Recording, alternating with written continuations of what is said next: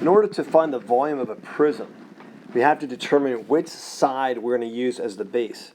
Now the base will have an opposite and congruent and parallel side to it. So find one of those and find its area. And then what we do next is we take the area of the base and multiply it by the height, which will be the distance from the one base to the opposite base. The formula for the volume of a prism or a cylinder is capital B, which is the area of the base, multiplied by the height, B times H. Our first example is to find the volume of a triangular prism. So we set up the formula. We find the base is a triangle, so we set up the area for a triangle. We substitute in the base of the triangle, which is in this example is 6. And the height of this triangle would be the 4. We multiply those together and we end up with 12 centimeters squared.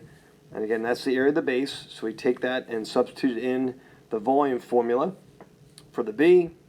And the height is the distance from the one triangle to the other, which ends up being, in this example, 11 centimeters. That's the height.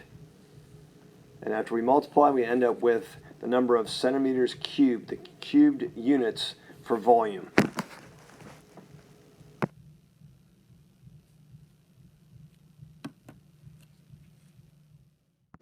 Our final example will be finding the volume of a cylinder. We use the same formula, but this time the base will be a circle. So we take the area formula for a circle, and we substitute in our radius for r, and of course 3.14 for pi.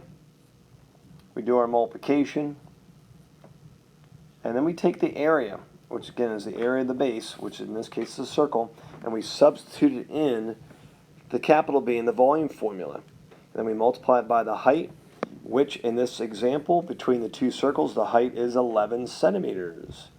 Then we multiply and we are given the number of cubes that would fill in the cylinder.